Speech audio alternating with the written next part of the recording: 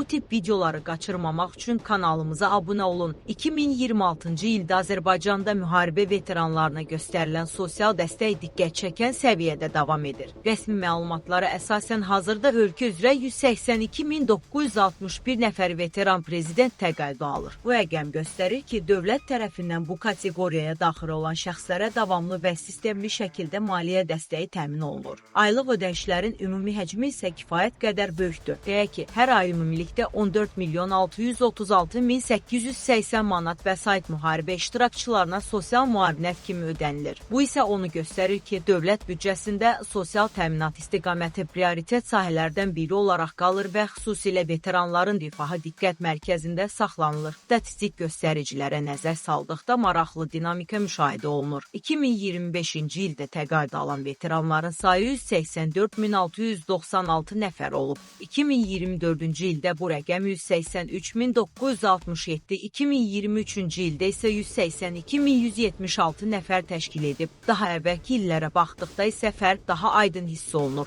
2022-ci ildə bu göstərici 95.417, 2021-ci ildə isə 94.915 nəfər səviyyəsində olub. Bu rəqəmlərdən belə nəticə çıxarmaq mümkündür ki, 2021-ci ildən 2025-ci ilə qədər olan dövrdə təqaüd alan veteranların sayı təxminən 2 dəfəyə yaxın artıb. Bu artımın səbəbləri müxtəlif amillərlə bağlı ola bilər. Buraya müharibə iştirakçılarının status alması, qeydiyyat proseslərinin genişlənməsi və sosial təminat sistemində aparılan islahatlar daxildir. Eyni zamanda bu dinamika dövlətin sosial siyasətində şəffaflığın və əhatəliliyin artdığını da göstərir. Daha çox veteranın qeydiyyata alınması və onların sosial təminata cəlb olunması uzunmüddətli sosial müdafiə strategiyasının bir hissəsi kimi qiymətləndirilə bilər. Müharibə veteranlarına göstərilən diqqət yalnız maliyyə dəstəyi ilə məhdudlaşmır. Onların sosial rifahının yaxşılaşdırılması, həyat şəraitinin yüksəldilməsi və cəmiyyətə inteqrasiyasının gücləndirilməsi istiqamətində də müxtəlif addımlar atılır. Bu isə ümumilikdə sosial dövlət prinsiplərinin gücləndirilməsinə xidmət edir. Göründüyü kimi, son illər ərzində bu sahədə müşahidə olunan artım və maliyyə dəstəyinin həcmi dövlətin veteranlara verdiyi dəyərin konkret göstəricisidir. Gələcək illərdə də bu istiqamətdə davamlı siyasətin həyata keçiriləcəyi gözlənilir və sosial təminat sisteminin daha da təkmilləşdirilməsi ehtimal olunur. Nəticə olaraq demək olar ki, 2026-cı il üzrə açıqlanan bu rəqəmlər həm sosial siyasətin gücünü, həm də müharibə iştirakçılarına göstərilən diqqətin yüksək səviyyədə olduğunu bir daha təsdiqləyir. Bu, eyni zamanda cəmiyyətin bu təbəqəsinə verilən dəyərin və onların əməyinin unudulmadığının açıq göstəricisidir.